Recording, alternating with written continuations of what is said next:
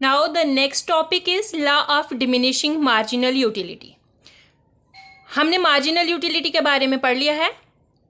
अब हम law of diminishing marginal utility के बारे में पढ़ेंगे। इस लॉज के भी अल्टरनेटिव नेम्स हैं। अब हम देखते हैं कि law of diminishing marginal utility के और कौन कौन से नाम हैं।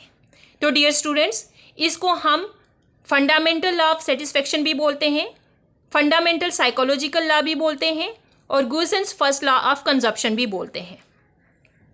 Gossen's first law of consumption क्यों बोलेंगे? Because this law was given by the economist Gossen, okay, H.H. Gossen. तो इसमें भी नाम से ही हमें बहुत कुछ पता चल रहा है। Law of diminishing marginal utility. Diminishing means decreasing.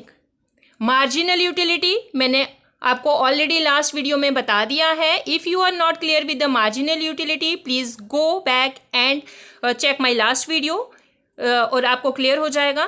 तो चलो हम स्टार्ट करते हैं। Law of diminishing marginal utility में जब हम किसी गुड को प्रोड्यूस करते हैं, फिर वो उसको कंजप्शन के लिए भेजा जाता है मार्केट में। जब उसको हम कंज्यूम करते हैं तो मैं आपको ये एक एग्जाम्पल दे के समझाना चाहूँगी so that it will be clear to you, okay. अगर हमें प्यास लगी है तो हमें पानी की ज़रूरत पड़ती है, हमें पानी पीने के लिए चाहिए होता है। तो अगर हम पानी पिएंगे तो एक गिलास जब हम पानी पिएंगे तो हमें उसकी डिज़ायर होती है, हमें उससे सेटिस्फेक्शन मिलती है। 2 गिलास पिएंगे तो भी हमें उसकी सेटिस्फेक्शन उससे मिलती है। इसी तरह से अगर हम 3rd या 4th पे चले जाएंगे, अगर हमें बहुत ज़्यादा प्यास लगी है तो हम तीसरा गिलास पी सकते हैं, अदरवाइज़ हम उसको तीसरा गिलास भी नहीं कंज्यूम कर सकते। तो जब हमारे पास एक वो लिमिट आ जाती है जिसके बाद हमारी सेटिस्फेक्शन जो होती है वो ऑलरेडी हम सेटिस्फाइड हो जाते हैं, उसके बाद हमें उस कमोडिटी की रिक्वायरमेंट नहीं होती है at the moment of time, तो उसी को हम बोलेंगे कि हमारी जो सेटिस्फेक्शन है वो डिक्रीज़ हो रही है, हमारी मार्जिनल यूटिलिटी डिक्रीज़ हो रही है, ओके।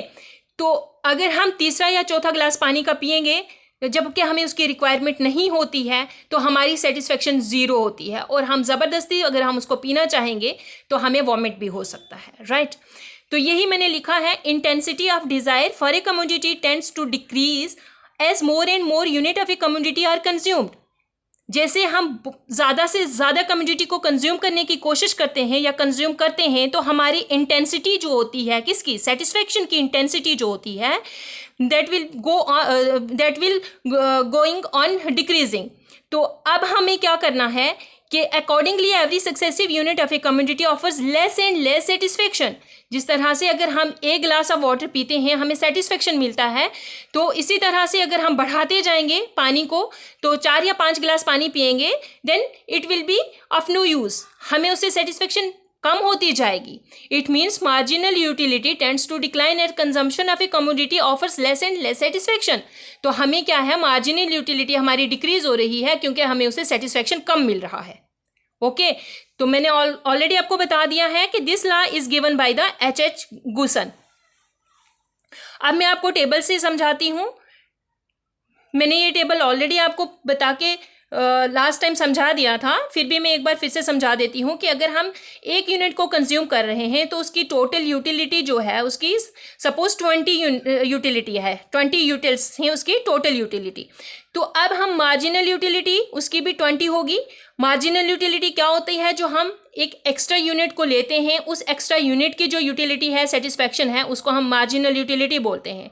तो मार्जिनल यूटिलिटी 0 पे भी जाता है। सबसे पहले यूटिलिटी जो है, मार्जिनल यूटिलिटी बहुत ज़्यादा होती है, उसके बाद ये कम होती जाती है, कम होते होते ये 0 पे भी जाती है एंड ये नेगेटिव भी चली जाती है।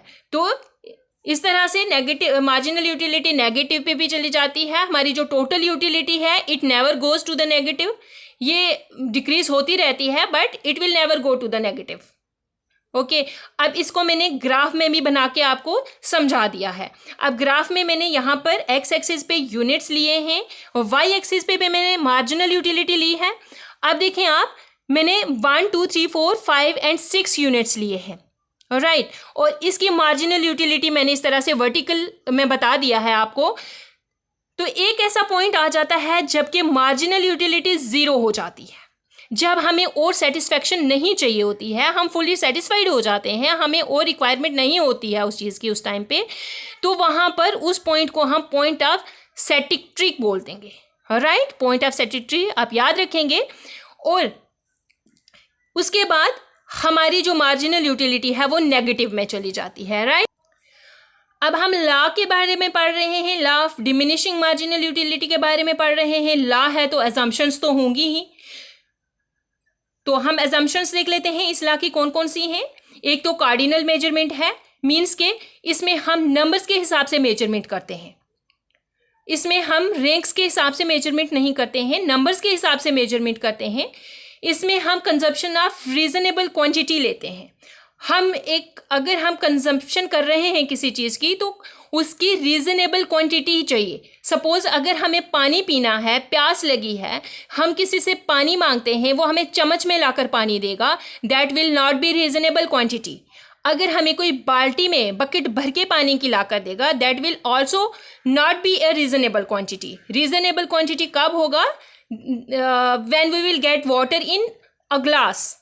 तो इस तरह से कंजप्शन इसमें रीजनेबल क्वांटिटी में होनी चाहिए। रैशनल कंज्यूमर्स होते हैं इसमें। कंज्यूमर्स रैशनल होने का मतलब कि वो इतने इंटेलिजेंट होने चाहिए, उनको पता होना चाहिए कि हमें सेटिस्फेक्शन मिल रही है या नहीं मिल रही है। कंटिन्यूस कंजम्पशन क्या होता है कि हमें उसी मोमेंट ऑफ टाइम पे देखना होता है। कंटिन्यूसली अगर हम पानी पी रहे हैं, ये नहीं है कि एक गिलास वाटर हमने आज पिया तो नेक्स्ट डे हम वाटर ऑफ ग्लास पिएंगे और कहेंगे नहीं इसकी मार्जिनल यूटिलिटी तो सेम है, डिक्रीज हो नहीं रही है। हमें ये उसी मोमेंट ऑफ टाइम पे कंजप्शन करना है। और नो चेंज इन क्वालिटी। अगर हम कोई चॉकलेट खा रहे हैं तो वो सेम क्वालिटी का खाएंगे, डिफरेंस नहीं होना चाहिए क्वालिटी में। उसकी प्राइस भी फिक्स होनी चाहिए और हमारी इनकम भी फिक्स होनी चाहिए इस लॉज के अकॉर्डिंगली, राइट।